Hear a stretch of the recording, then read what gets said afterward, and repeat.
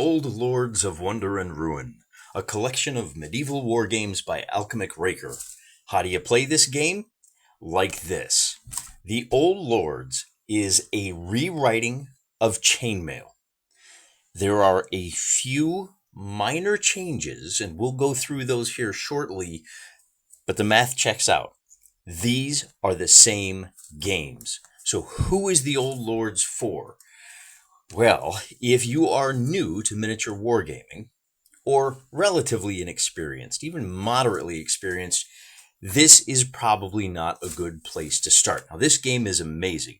There is a reason that this game launched 1,000 other games. It launched an entirely new hobby because it was so well done and well marketed. Let's be honest. Gary Gygax was a phenomenal marketer and businessman, at least until he went off to California and got a little too involved in the Hollywood lifestyle. Allegedly. Let's just play it safe here. He's a great man. I don't want to take anything away from him. I really, really appreciate all of the ways that he made my life better and more adventurous. And Chainmail, for all of its glories, can be a tad impenetrable. There is a reason that this was... It's very interesting. There's a reason that this launched 1,000 games, but there's also a reason that it fell into disrepute. This is a game written for people who can read at the college level, and I mean the collegiate level in the 1960s and 70s before, things changed. Collegiate level people found themselves unable to play this, and even the smarter high school kids found themselves unable to parse these rules. However, in their defense, Gary was not writing for total noobs. Gary was writing a set of miniature wargame rules for miniature wargamers. He was writing to a specific place and a specific time, and there are a whole host of things that pretty much went without saying. There are a host of things that he did in this or buried in this that made it difficult. I'm not exempting myself from this. I slept on these rules for a very long time. About 4 or 5 years ago, I picked this up and said, you know what? I am going to play this as is. Coming off of the tail end of the OSR. And this was one of the things that had languished for a long time. People had reskinned OD&D, they had reskinned basic D&D, they had reskinned AD&D. Now, they made them their own little versions of the games, and it was rulings, not rules. And they said, here's a set of rules that you don't even have to use if you don't want to, but thanks for the money, sucker.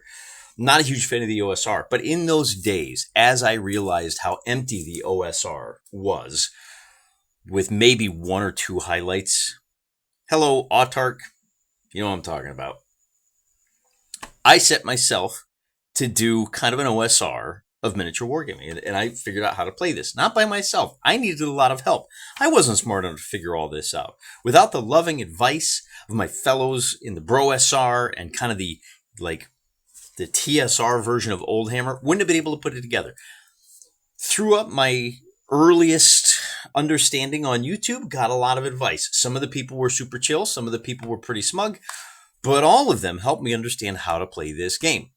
If you don't want to go through multiple iterations of making mistakes and figuring out how this works through trial and error, the Old Lords is a great game for you. If you want to incorporate the elements of Chainmail into your Dungeons & Dragons campaign, you can use Baby's first version of this. And it's remember, over here on the channel, I had this over here somewhere.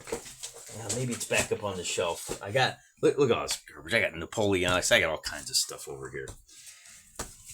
He has another game that is expressly written to integrate with one of the latest whales, I guess you could say. One of the latest con jobs, Shadow Dark.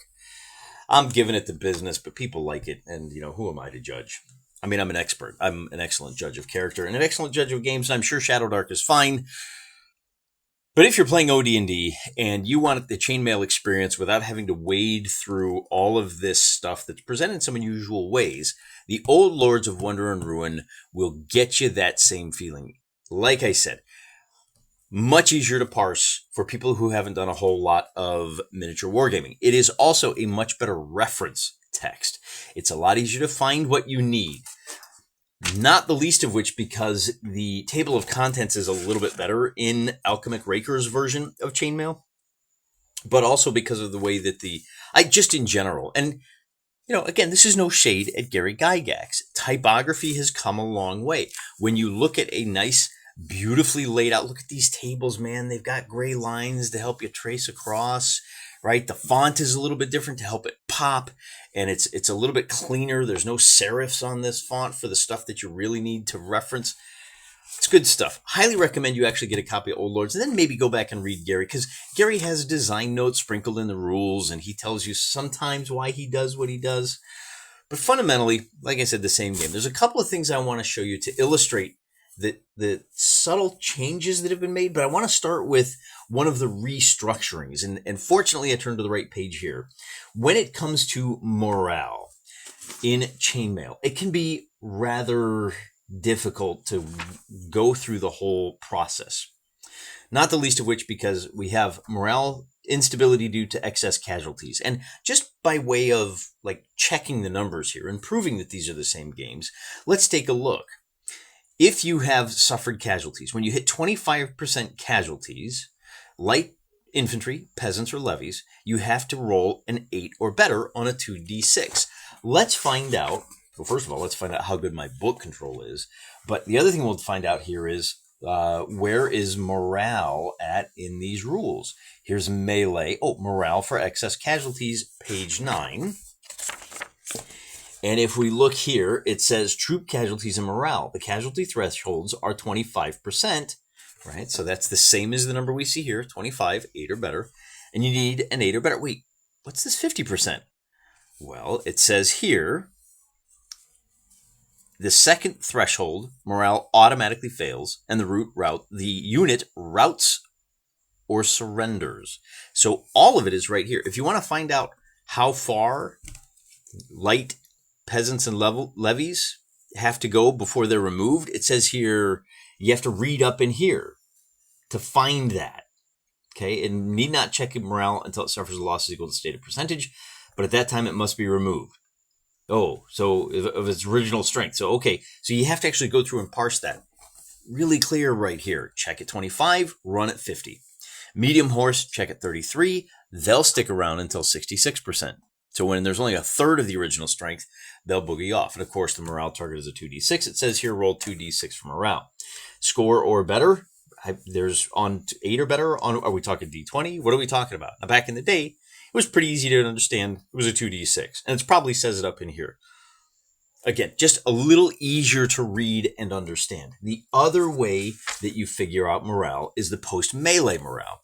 Notice, we've got morale here, and then we've got morale in the melee section. Oh boy. Well, how does Alchemic Raker do it? And I think this is probably, so melee, post-melee morale, and then, so he does it in kind of the same way. No, wait. Morale when facing a charge. Morale for excess casualties. So he puts all the morale in the melee section, but it's all bing, bang, boom right there. So here's casualties, here's morale, here's how you retreat and surrender. Where's the retreat at in this? Where does it discuss how you move and retreat? Well, it's not the very next section. You have to go back to the movement section. So it's a little bit back and forth. Everybody loves to say, oh, Gary needed a editor. Well, Alchemic Raker had it. Nowhere is the difference between these two phrasings of the same system more apparent than in the post-melee morale. I'm going to read you just step 1 to start with. Gary says, the side with the fewer casualties determines the positive difference between their losses and those suffered by the enemy. This number is then multiplied by the score of a die roll and the total noted. Bear in mind, everything is a die 6 at this point. Gary hasn't discovered the wonders of the, what do they call that? The Platonic solids. D6 across the board, we know what a die roll is. The positive difference between their losses and those suffered by the enemies, whichever side has the least casualties adds D6 times the difference in casualties to their result in step 3. Very easy. Find the difference, multiply by D6. That score is a bonus given to the winner. Hard to misunderstand what it says here. The side, now it gets a little even More complicated. The side with a greater number of surviving troops who fought adds +1 to their TC. Now that's troop class. Notice Lightfoot have a troop class of 4, 5, 6, 4, 5, and then 7 for armored foot. Okay. Now if I won, my morale of my heavy foot are going to go up from 5 to 6. Bear that in mind. Each side multiplies their total number of troops, right? So that's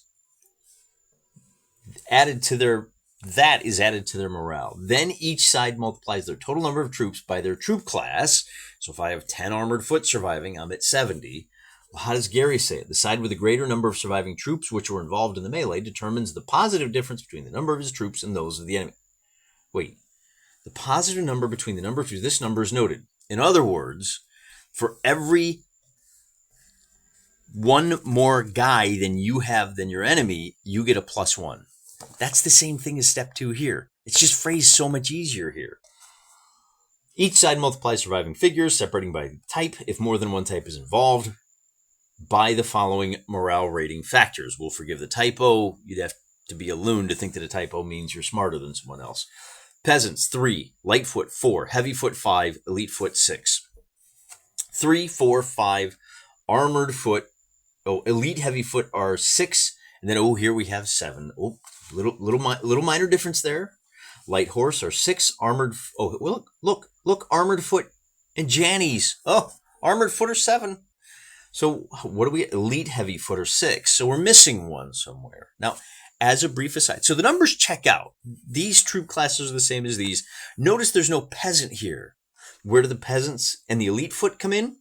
Well, unlike Gary, who sprinkles his love of the Landsknechts, and Swiss are so dreamy. Now, Swiss are dreamy in the Old Lords. They're just so wonderful. I just want to look in their eyes. They're just so good at everything. They're just amazing. Now, what Raker does is he says, okay, instead of doing that, what I'm going to do is I'm going to build out a separate section for army lists. So here's our historical factions. And this is where those elite heavy foot come in. For example, there's somewhere in here are peasants. Where's my peasants? I don't want to look dumb here. Lightfoot have a troop class of 4. And he gives you percentages, right? Your Magyars are going to be about 10% light foot, 75% light horse, 25% medium horse. Your Mongols are going to be horse, horse, horse. Just question what they're armed with, what the general percentage is. But I still haven't found where it says peasants, which I better because I know you people. You're just going to call me out left, right, and center. Well, here's our elite troops. All Polish troops are elite with +1 to their TC. So here's our heavy foot, 5 + 1. Their troop class is going to be 6. Their light foot have a troop class of 4. Now, they still move and fight as a light foot or heavy foot. But when it comes to morale, they have got the power boost. And then just to keep it as authentic as possible, we have our love letter to the Swiss and the Landsknechts, how they move, how they don't suffer nearly as many penalties when it comes to fatigue. Actually more. They fatigue faster than other troops, suffering penalties on reaching 3 points rather than 5. Well, I'll be darned. That's a little bit of a balancing act. I got to give you credit for that. I stand corrected. This is a useful exercise for me, if not just for you guys. But let's take a look at that fatigue, because that's the other one that I think the math checks out. I think this is brilliant. I wish I would have thought of it, because this really makes fatigue a lot easier. We're all familiar at this point with how Gary does it. He says, fatigue brings on weariness. And remember, fatigue takes you from heavy foot. Normally you fight as armored, you're only going to fight as heavy foot. So how do you get fatigued? You move for 5 turns, or move for 2 turns, then charge, then melee. Or you move for 1 turn, then charge, then melee 2 turns. Or you melee for 3. Holy cow, what are we talking about here? What if I only move for 3 and then I fight for 1 and then I move for 1? Okay. There's all kinds of different scenarios, and you're telling me I have to just remember how many turns I've been moving? Well, no, not anymore, because if you're using the old Lords of Wonder and Ruin, you've got this situation here where, I'll just zoom in there so it's not, there we go, check this out. This is great. If you move, you get a fatigue. If you charge, okay, you can't do it twice in a row, but if you charge, you get a fatigue. And when you hit 5 fatigue, then you are really fatigued.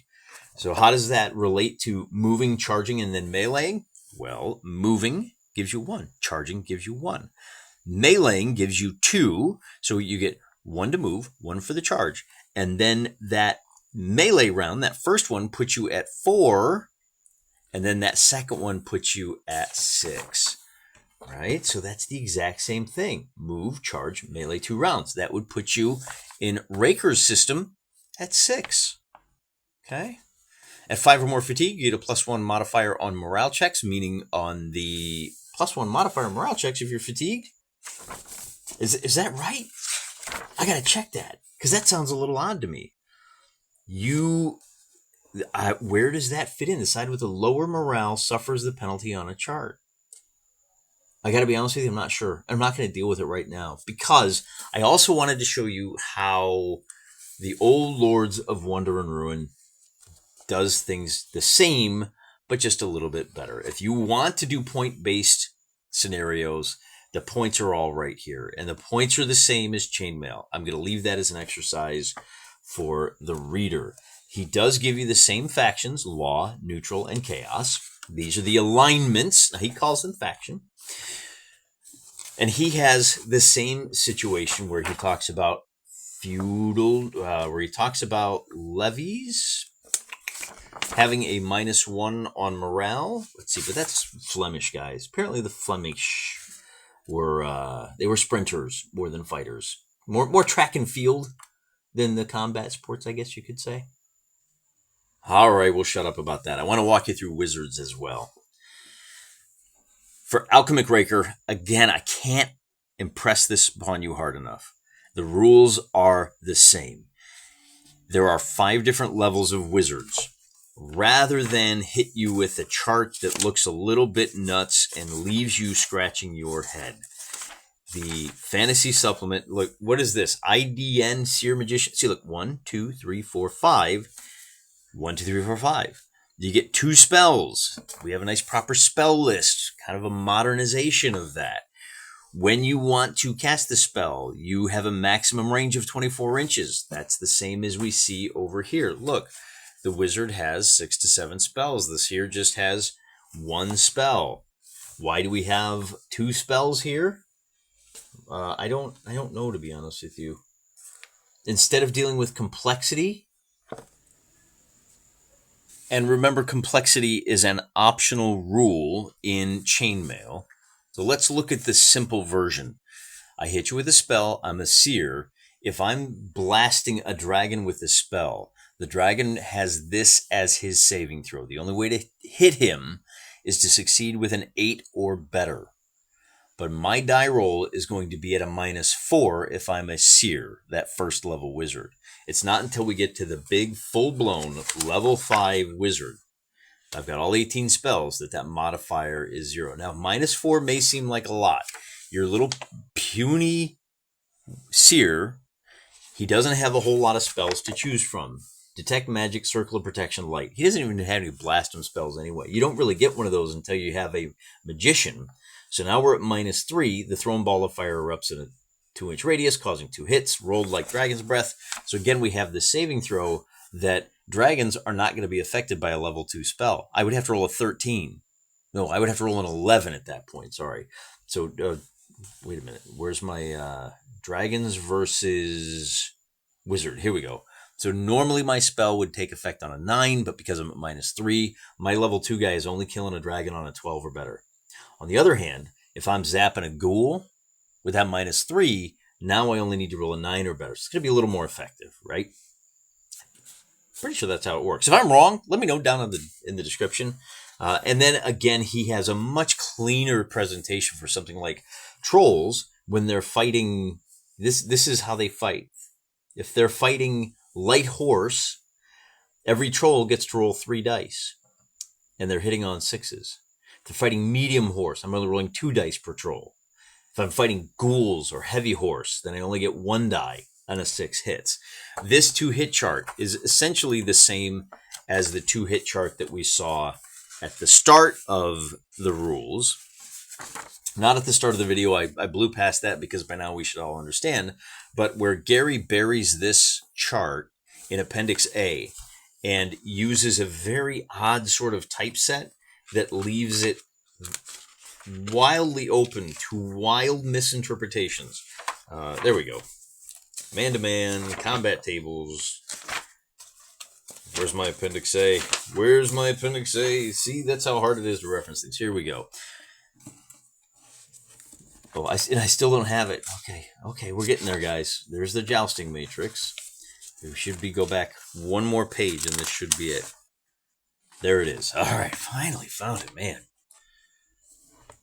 I guess we're just working that algorithm today, kind of padding the runtime length, right? Light horse, light foot are at -2 on the die. Wait, 5? They get 5 kills?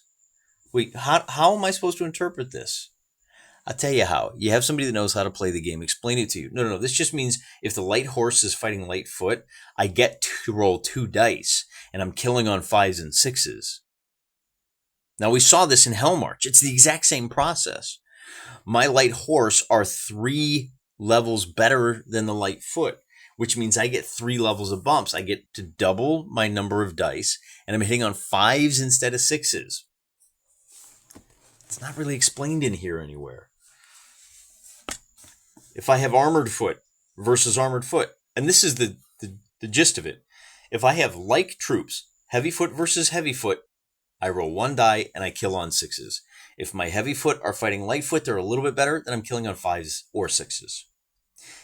If I have armored foot, now I'm 2 steps better. 1 die per man. If I'm fighting light foot, I got 1 die per man, I'm killing on 4s and 6s. 4, 5s, and 6s. This chart back here for the fantastic combat in the Old Lords of Wonder and Ruin does the same thing that Gary does, but it makes it a little bit clearer. If I'm a giant and I'm fighting light foot, heavy foot, right? So my giant versus heavy foot, each giant is going to be rolling 8 dice. Now it says per man, but it's per giant. 8 dice, and I'm only hitting on 6s. But I get 8 chances. I'm probably going to get 2 hits. I'm knocking out 2 figures per attack. That ain't nothing. There's a reason giants cost, whatever, 50 points or whatever. So just kind of a light illustration of how the Old Lords of Wonder and Ruin does what no other interpretation has. It has presented the authentic rules to Chainmail in an easily digestible and complete format. There isn't a single rule in Chainmail that you can't find in the Old Lords. And all of the systems that Raker presents operate on the same basic mathematical principles.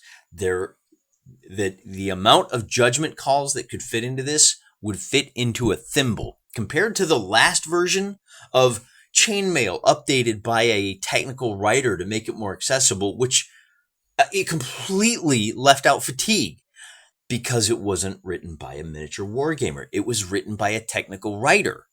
And anytime you interpret a set of rules, anytime you translate from one language to the next, believe me, speaking as a traditional Catholic who's not a huge fan of the interpretation of Vatican II, I like Vatican II, but a lot of the ways it's been implemented are a bit sus. Let's just leave it at that.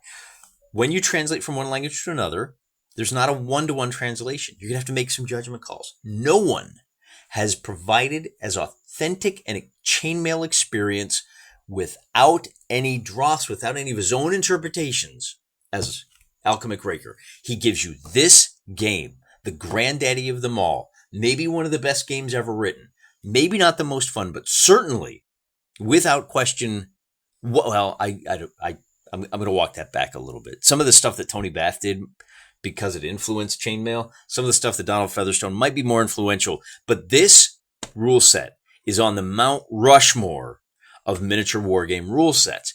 Nobody played it for 50 years, and it still exerts an enormous amount of influence on the hobby. And if you want to feel what it is to play Chainmail, grab the Old Lords. One last thought. If you are playing any of the OSR versions of OD&D, even or including something like the basic and expert version, if you're playing the one written by the basic expert, what is his version called? Macahuitl would be a good one.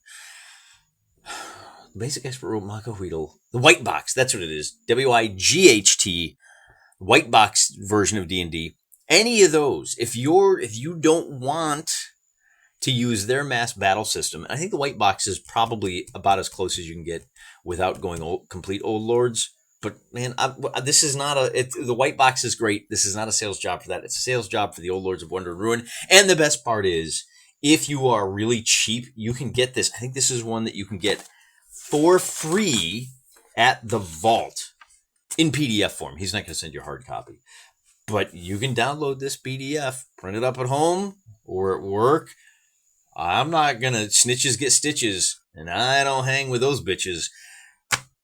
You know what I'm talking about. Get yourself a copy. Download the PDF if nothing else. Read through it. It's a lot of fun. It's a great game. We've played a lot of different scenarios with this. Played a whole campaign using it.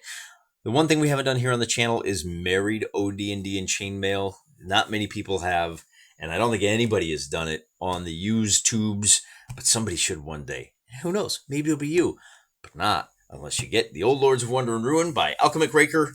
And you thought I was going to pray for you, not yet, because I want to show you. There's some. Oh, look, the Basic Expert, Poncho Goblin, Crossface, Captain Hook, Cleric's Rare Ringbell, Purple Druid.